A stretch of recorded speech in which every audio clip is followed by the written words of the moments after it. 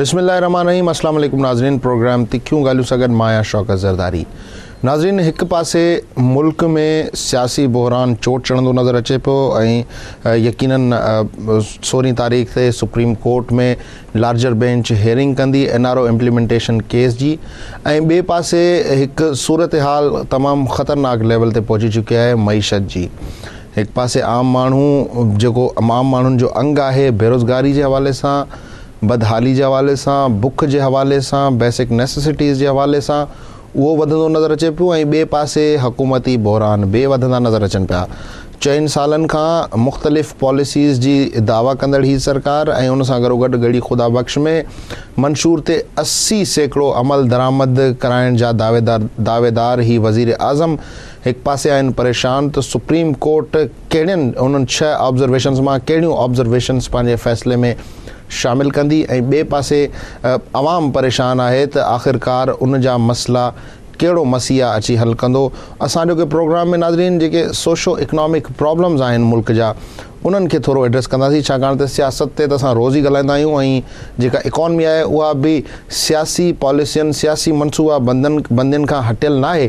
पर असां अॼु स्पेशली इन करे ॻाल्हायूं पिया छाकाणि त हिन हुकूमत पंहिंजो मुद्दो तक़रीबन पूरो करे छॾियो आहे, पर जेका डिलीवरेंस आहे ख़ासि तौर ते माण्हुनि खे सोर्सिस ताईं जेका आम माण्हू जी रसाई आहे या मईशत जी बहितरी जा जेके इफ़ेक्ट्स आहिनि आम माण्हू ताईं उहे न पहुची सघिया आहिनि। आख़िर कहिड़ियूं रंडकूं आहिनि ऐं ईंदड़ इलेक्शन्स खां पोइ जेका बि सरकार ईंदी उन जे लाइ केॾा वॾा चैलेंजिस हूंदा ऐं उन जा बहितर हल कहिड़ा थी सघंदा इन्हनि सभिनी मसइलनि जा। इन हवाले सां असांखे अॼु स्टूडियो में जॉइन कयो आहे डॉक्टर अयूब मेहर साहब, जेके वेल नोन इकोनॉमिस्ट आहिनि ऐं कंहिं तारुफ़ जा मोहताज न आहिनि।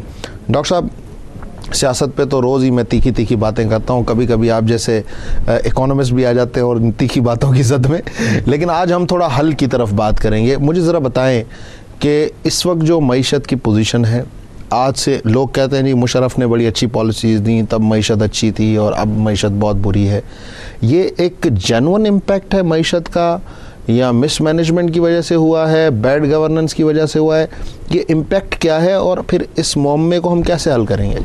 इसमें देखिए, अगर मुख्तसर लफ्ज़ों में कहा जाए एक लफ्ज़ में क्या प्रॉब्लम थी तो उसमें बैड गवर्नेंस भी है और प्लानिंग गलत रही है, प्लानिंग अप्रोप्रिएट नहीं थी। दूसरा, मैं एक चीज़ क्लियर कर दूं कि मुशर्रफ रजीम के मुतालिक जैसा आपने कहा कि मैक्रो इकनॉमिक इंडिकेटर्स बेहतर थे, यहाँ 2 चीज़ें हैं। मैक्रो इकनॉमिक इंडिकेटर्स का बेहतर होना जिसमें हम कहते हैं कि रेट ऑफ इन्फ्लेशन ये रहा, GDP का ग्रोथ रेट ये रहा, इन्वेस्टमेंट की रेशो ये रही, बजट डेफिसिट इतना था। एक आम जो आदमी होता है मुल्क का, उसका ताल्लुक मैक्रो इकनॉमिक इंडिकेटर्स की, उसको जो भी पिक्चर दिखाएं, स्टॉक एक्सचेंज कहीं भी जा रहा हो उसका, उससे एक आम आदमी कहता है कि मुझ पे क्या असर पड़ा है। सही। तो बेसिकली मैं इसको कहता हूं कि आप बेसिकली जो इंडिकेटर्स हैं इनको आप 2 हिस्सों में डिवाइड कर सकते हैं। एक मैक्रो इकॉनमी के इंडिकेटर्स हैं जो यकीनन बेहतर होने चाहिए, वो इंडिकेटिव होते हैं कि इकॉनमी की पोजीशन क्या हो चुकी है और किस तरफ जा रही है, डायरेक्शन क्या है। दूसरा सोशियो इकनॉमिक इंडिकेटर्स होते हैं, महंगाई कितनी है, बेरोज़गारी कितनी है, गुर्बत का लेवल क्या है। ये बेसिकली वो इंडिकेटर्स होते हैं जिनका डायरेक्ट पब्लिक लाइफ से ताल्लुक़ होता है। मुशर्रफ रजीम में मैक्रो इकनॉमिक इंडिकेटर्स में इम्प्रूवमेंट ज़रूर नज़र आ रही थी, लेकिन सोशियो इकनॉमिक इंडिकेटर उस दौर में भी बेहतर नज़र नहीं आए थे।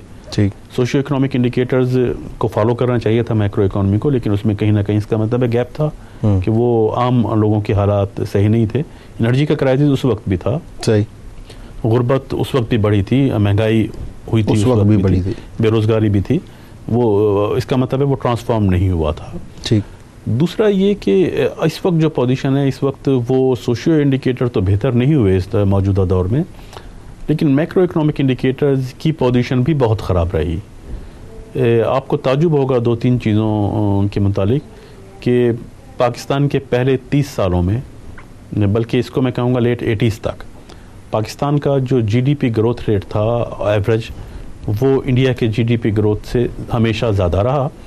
लेट 80s में पाकिस्तान का GDP ग्रोथ रेट इंडिया के GDP ग्रोथ रेट से कम होना शुरू हो गया। अब इंडिया का ज़्यादा होता है, पाकिस्तान का कम होता है, बल्कि शायद पाकिस्तान का पूरे साउथ एशिया में सबसे कम होता है। फिर लेट 90s में जाके ये हुआ कि लेट 90s तक GDP तो हमारा ग्रोथ रेट कम हो गया था, लेकिन पर कैपिटा इनकम हमारी फिर भी इंडिया से ज़्यादा थी। ठीक। लेट 90s में ये हुआ कि हमारी पर कैपिटा इनकम भी गिरने लगी, इंडिया से अब कम हो चुकी है। मौजूदा सूरत हाल ये है कि अब कम हो चुकी है। पॉवर्टी के इंडिकेटर्स अगरचे डिस्प्यूटेड हैं, लेकिन पॉवर्टी के इंडिकेटर में पाकिस्तान में कोई बेहतरी की ऐसी सूरत हाल नज़र नहीं आई कि जिससे हम कह सकें कि पाकिस्तान में पॉवर्टी कम हुई है। और नहीं, अगर हम यूएन रिपोर्ट पे ही देखें तो 50% ऑफ द पॉपुलेशन वो है जिसको 2 वक्त की रोटी नहीं मिलती। 50% 2 वक्त की रोटी ना मिलने का मतलब ये है कि वो एब्सोल्यूट पॉवर्टी या पॉवर्टी लाइन से नीचे चले गए। और 50% यूएन की रिपोर्ट बता रही है बिल्कुल इसी तरह से। खुद जो गवर्नमेंट के अपने सर्वे में अगर उस पर जाऊँ कि चलें वो डिस्प्यूटेड है 50% का फिगर, तो गवर्नमेंट के अपने जो सर्वेज हैं पब्लिक सेक्टर के जो इंस्टीट्यूशन है वो भी 35% तो वो भी बता रहे हैं ठीक कि 35% पॉपुलेशन वो है जिसको 2 वक्त की रोटी नहीं मिलती।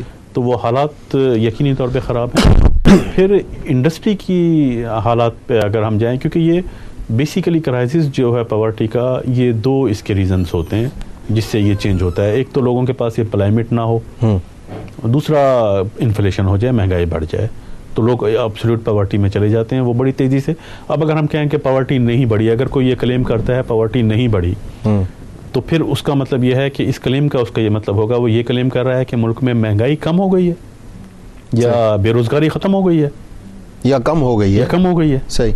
तो ये तो नजर अच्छा, मुझे ये बताएं सनतें क्यों नहीं चल रही? ये सनतकार हमें सड़कों पे नज़र आ रहे हैं और कहते हैं जी हमारे पास गैस नहीं है, बिजली नहीं है, लेकिन अगर मैं शॉर्टेजेस की बात करूं, एनर्जी सेक्टर की शॉर्टेज की बात करूं, तो शायद पिछले साल इससे ज़्यादा मेगावाट्स की कमी थी, उससे पिछले साल चले जाएं, या जब मुशर्रफ साहब ने छोड़ा था तब कुछ पोजीशन और बदतर थी, इससे कदरे बदतर थी, if I am not wrong.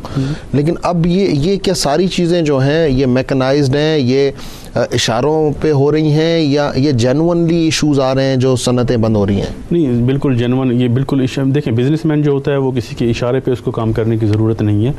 वो अगर आप कहते हैं कि अगर वो प्रॉफिट के लिए काम कर रहा है तो फिर वो अपने प्रॉफिट जहाँ मिलेगा वो पैसा लगाएगा वहाँ पे।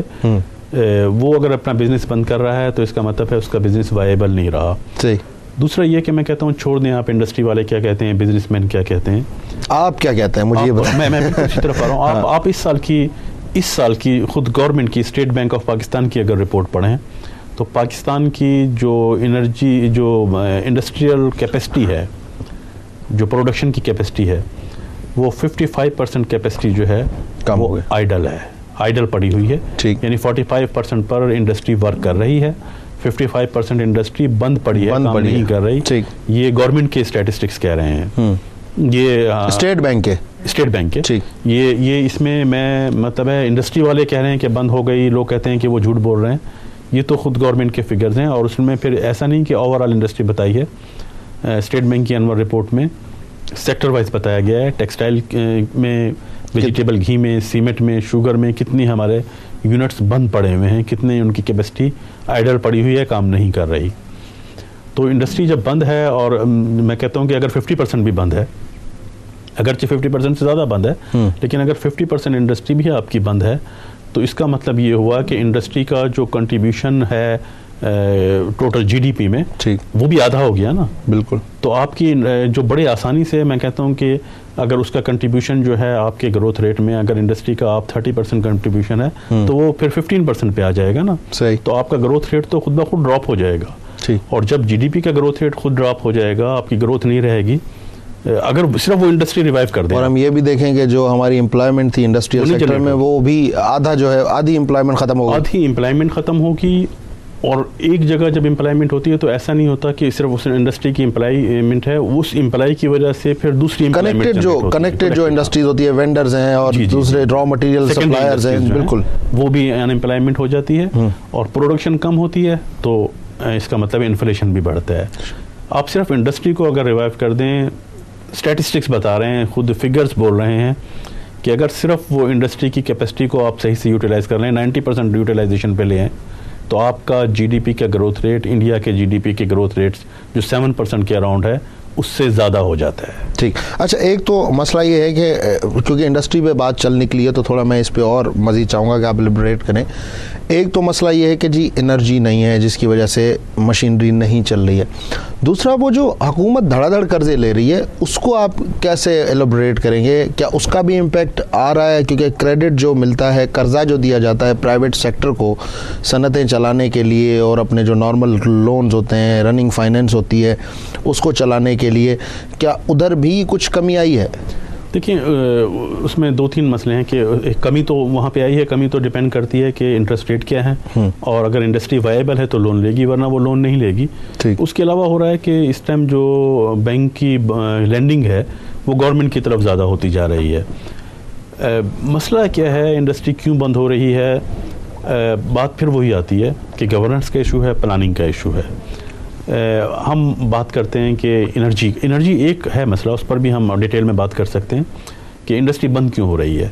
एनर्जी नहीं होगी तो प्रोडक्शन तो होगी नहीं ना। सही। वो तो एक क्राइसिस है। आपका जो मॉनेटरी सिस्टम है वो भी इसमें रिस्पॉन्सिबल है।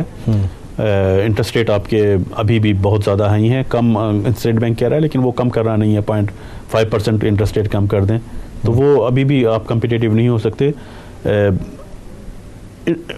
स्टेट बैंक हमेशा रीज़न ये देगा आपको, देखें इंडस्ट्री की प्रॉब्लम है high cost of borrowing, industry की प्रॉब्लम है एनर्जी का क्राइसिस, इंडस्ट्री की प्रॉब्लम है रॉ मटेरियल की हाई प्राइसेस।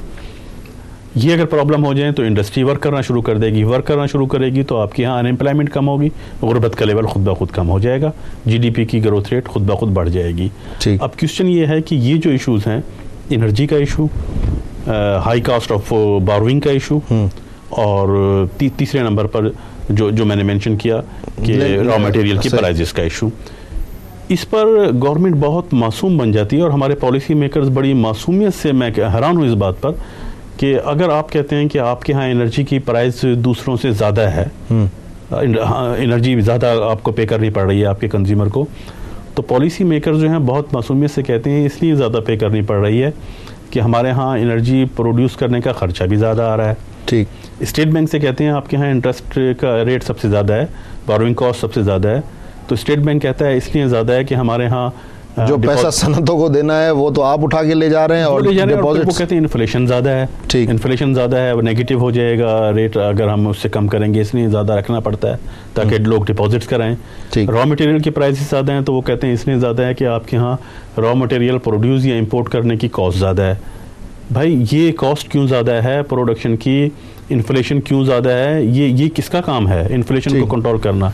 ये तो पॉलिसी होती है। ठीक। ये बता देना कि इस वजह से ज़्यादा है। ब्रेक ले लूँ ज़रा, मैं अपना काम तो कर लूँ, ब्रेक ले लूँ सर जी। नाज़रीन, प्रोग्राम टाइम था हिकिड़ी शॉर्ट ब्रेक जो थोरो 2-3 ॻाल्हियूं जेके डॉक्टर साहब चयूं उहे मुआशी इस्तलाह हुया, जंहिंमें उन्हनि चयो त कॉस्ट ऑफ बोरोइंग यानी कि जेको असां कर्ज़ वठंदा आहियूं उन ते जेका व्याज जी शरह आहे उनखे असां कॉस्ट ऑफ बोरोइंग चवंदा आहियूं, बैंकुनि खां जेको कर्ज़ वठंदा आहियूं। उन खां अलावा मटीरियल जी हाई प्राइस, मतिलबु कि जेके रॉ मटीरियल्स आहिनि यानी कि कच्चा धातु आहिनि, का बि शइ ठाहिण जे लाइ सनतुनि में उन्हनि जा जेके अघ आहिनि उन्हनि में इज़ाफ़ो, ऐं उन खां अलावा लैंडिंग रेट ऐं कॉस्ट ऑफ बोरोइंग, मतिलबु साॻी ॻाल्हि आहे त व्याज जी शरह जेका आहे उहा बि वधीक आहे। टी वॾी ॻाल्हि इहा आहे जेको क्रेडिट टू प्राइवेट सेक्टर यानी कि निजी शोबे खे जेको बैंकुनि खां कर्ज़ु मिलंदो आहे उन में बि घटिताई आई आहे। हिकिड़ो त उन करे जो सनतूं बंदि थी रहियूं आहिनि, ऐं ॿियो इन करे जो घणो जेको अमाउंट आहे, घणा जेके पैसा आहिनि उहे सरकार पंहिंजा जेके आहिनि से कमु ठीकु ठाक करण जे लाइ जेके थियनि कोन था बदकिस्मती सां,